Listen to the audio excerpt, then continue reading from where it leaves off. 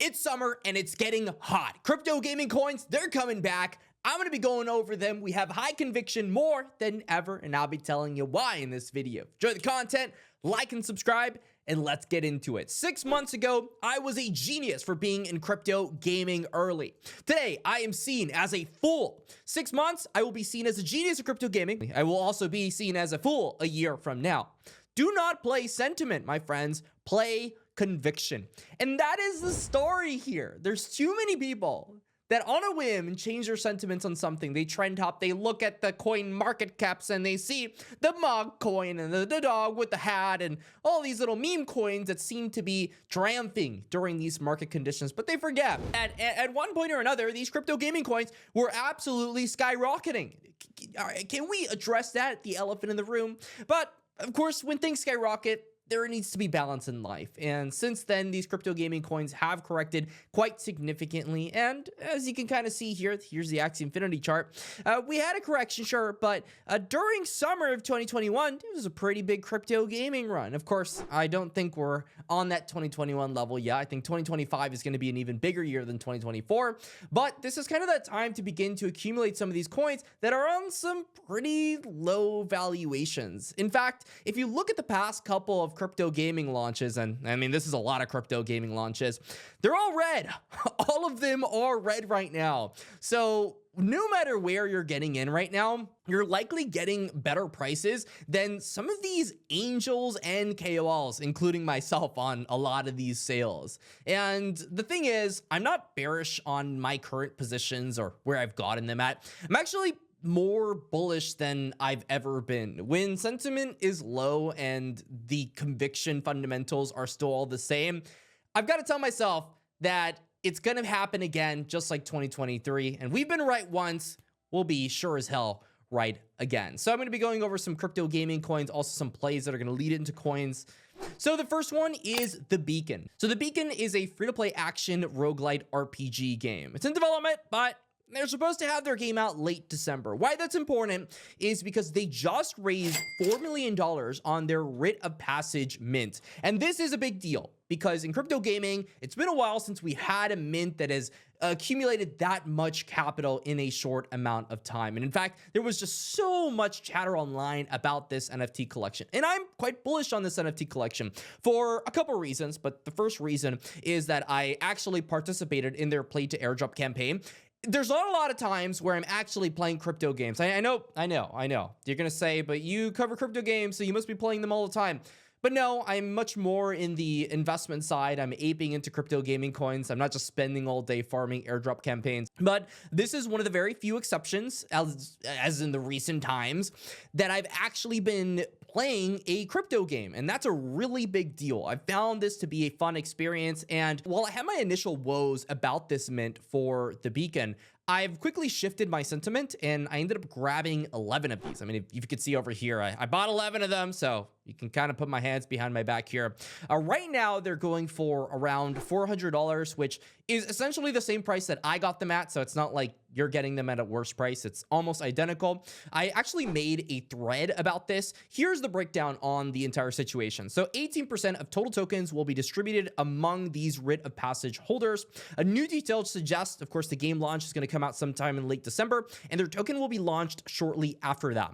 The implied FTV for break even on your investment is about $20 to $30 million at its current price. And if you actually look at some of the other tokens that we're going to be covering, I want you to keep a good eye on this. That's actually not very high. That's about right with where some of these launches that have gone down a lot are at. So the odds of you doing pretty well, I mean, this is one of the most hyped games on Arbitrum right now. It's pretty good, but the problem is that this is happening in December, as you've kind of seen, and the token launch is going to happen shortly after the game launch. So it's more of a decision now on whether you'd like to wait the 6 months until the TGE and grind this out with the team. I'm a content creator. I can afford to go ahead and buy these things. I'm in a privileged position, so I ended up grabbing them. But I do think that if these end up dipping more than they already are, I just find it hard to see a world where this is below a 500 magic floor, which would be around like $250, $300. it just seems like the value is there. This minted out, shocked the entire space. So that's why this is going to be the first coin that I'm going to be covering. And also, it's not just the beacon that you're going to be grabbing here with these Rite of Passage NFTs. The token is supposed to be a little bit more than that, more than just the beacon, which if it's going to be an ecosystem token, will of course add much more value to it long term.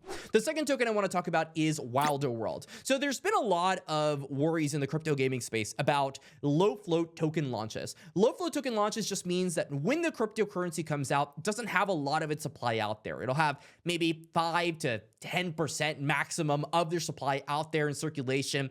And that's not great because 90% of the supply is still supposed to come out at some point or another. A lot of the time, it comes out sooner rather than later. So that's a lot of tokens that are coming into a market, makes it much harder for this token's price to pump. While the market cap may tell a different story, in terms of a price, it's just a lot harder to rationalize in today's current market. That brings me to 𝐉𝐤𝐽, our token, which is right now at a 101 million. That doesn't make any sense. So this token is wrong reported. This total distribution is 100%. The token is out, okay? The token is out and the shebangery is here. They've had their unlocks. They've been around for a long time. And this is really important to keep in mind because right now it's at 39 cents. I find it really hard to believe that one of the biggest metaverse plays in the entire crypto gaming space will be valued at this by the end of the bull market. It just doesn't make any sense to me right now. I guess it makes sense because crypto gaming's on a slump, but overall, 𝐉𝐤𝐽 has done everything right so far. I've actually participated in their races in Austin. We were sponsored to actually go fly out there, so here's your disclosure there. I am bullish on this team though, 100%. This is Midnight in Miami. This is one of their little mini games that are supposed to represent the full picture. I think it looks incredible. They've teased their first-person shooter. I mean, this is the first level in their single-player first-person shooter.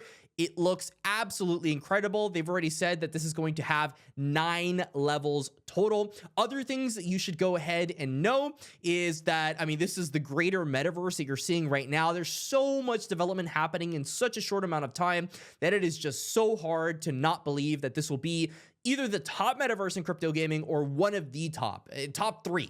At the very least. So the next token is Bloodloop. Now, this Bloodloop does suffer a problem. A Bloodloop suffers a problem of what I just talked about, the low float meta. 6% of its total supply is out there right now, which is not great. Let's be honest with ourselves. However, they have one thing that I think is very unique in their advantage. And this feels like more of a trade rather than a long-term hold, just full disclosure there. I'm also invested into this token. It's a 5v5 tactical hero shooter game. And right now it's actually practically at all-time highs, which is excellent. This is very rare in the crypto gaming space. They've managed to successfully launch a token and pump it. I don't know how they're doing it, but it's happening. And one of the reasons that I think this is happening is because of their introduction of crafting nodes. And this is really important.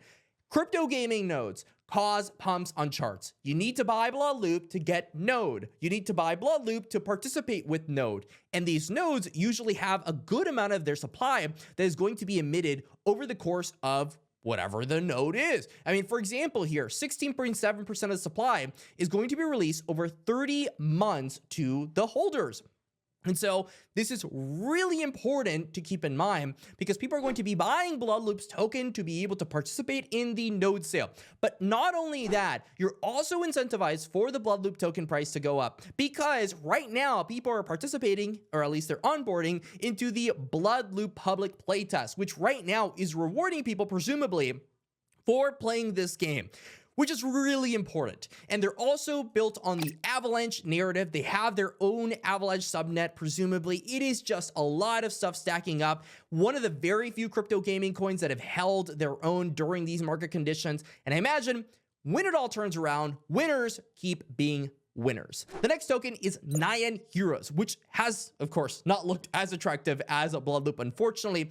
But they do have one thing that I really, really like, and that's their game. They have one of the best games in crypto gaming, and they are also one of the most wishlisted games on Epic Games' store. Epic Games, they're the second biggest distributor of games on the planet versus Steam, so they get the crown. But Epic Games, they're number 2, and 9 Heroes right now, it's coming soon, and it's coming in real hot next to some of the biggest titles coming on people's wish list, which is enormous news for 9 Heroes. But maybe they bought it. I actually went ahead and played this game very extensively on their play to airdrop as well. I didn't make a ridiculous amount of money. I made probably like $1,000 overall, but $1,000 for people in some places could be a lot more. I also didn't put a ridiculous amount of hours into it. So I played a lot of 9 Heroes. I actually really like the gameplay for 9 Heroes, and I just fail to understand why 9 Heroes, with such an attractive looking game, would be at the valuation it's currently at.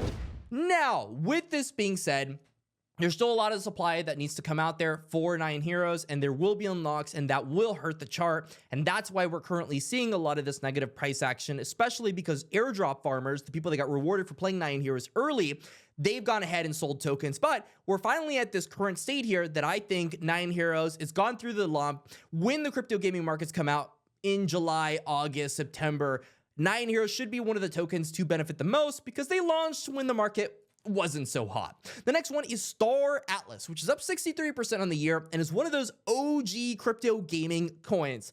Also at a $41 million market cap. I mean, this is 100 mil FDV, almost nothing for how much they've built in the crypto gaming space.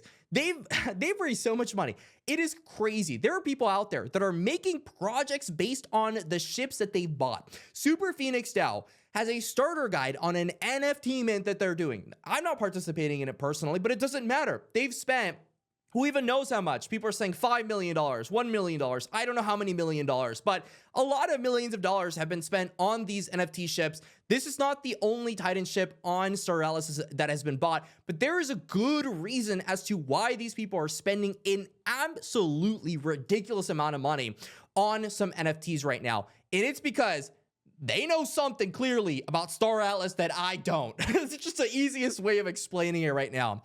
I think their game, it looks incredible. I have played it. It's not fully out. This is a game that's going to be developed over the course of years. They're doing it very intelligently, though. They're doing it through mini games where they're releasing, for example, Sage Labs, where people can get resources. It's very easy to play. A lot of macros are involved. They also have this one over here, which is going to be, I mean, this looks like just some guy going open world, but they have a little shooter version of it, and they have the spacecraft. They have so much stuff that's coming out. I don't even know. I can't explain it in a video. It's just a lot of stuff that's coming. They got these crew packs that are coming. You know, look at the gameplay. It looks sexy. Just so many things are coming for Star Atlas. And right now, it's at a $40 million market cap. Why is it at a $40 million market cap? That we will never go ahead and find. All right, the next game, Star Heroes. Now, Star Heroes right now has a bit of a golden zone for their token. So their token has been dumping a little bit lately. Yeah, and it kind of is what it is. The crypto gaming space, it's been dumping a lot. And the volume kind of sucks for Star Heroes. Yeah, it kind of is what it is. But they do have the backing of Microsoft and GameSwift. And if you look at GameSwift's price right now, it's not the most beautiful in the world. 8 mil, 198 mil fully diluted market cap. But they know how to pump a token or two. That's what they know how to do. And if we look at Star Heroes vesting tokenomics right now, and by the way, I've also got tokens on this one. They have this little zone right here where it's going to get a little sus. If they don't get a lot of users on this game by this time, then the sell pressure is going to get very annoying.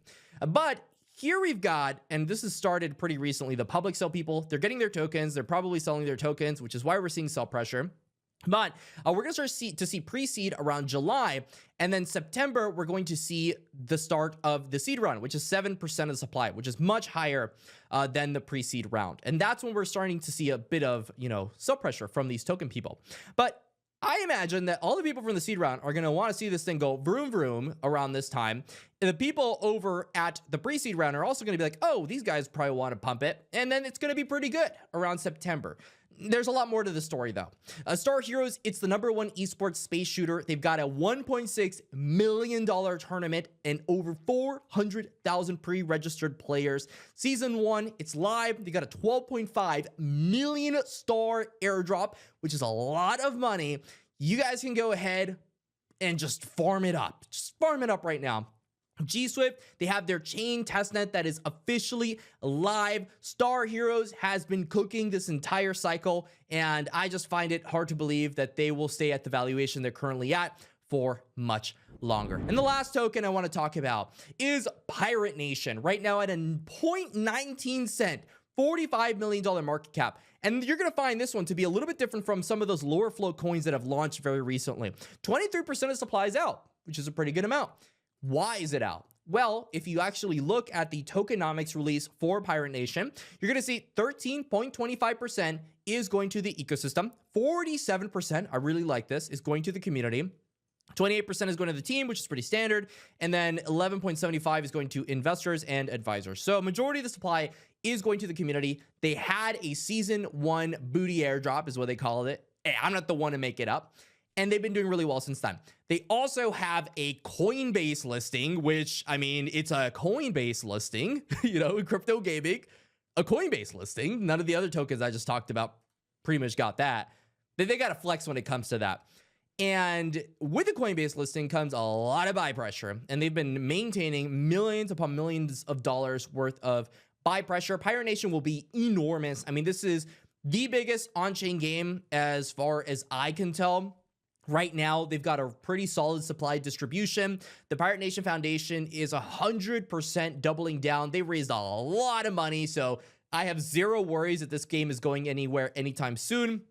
Big shout out to the God Murdoch for providing gameplay here, but he's kind of showing that you can go ahead and use the pirate tokens right now to buy gems. I'm assuming that people are using these gems to go ahead and farm for more booty points, to get more Pirate Nation points, to get more Pirate Nation tokens.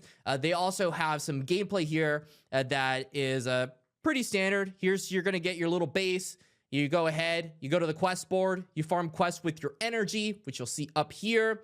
And then for the most part, you go to this little thing over here. And then this little thing lets you do the gauntlet, which it's a little card game you can play with your Pirate Nation ships. And it's a ton of fun. So that's why they're doing so well. So let me know your thoughts in the comment section. Do you think the picks were good? Do you like gaming tokens? I think this video is going to age pretty well. Until the next time, stay classy, and that's all.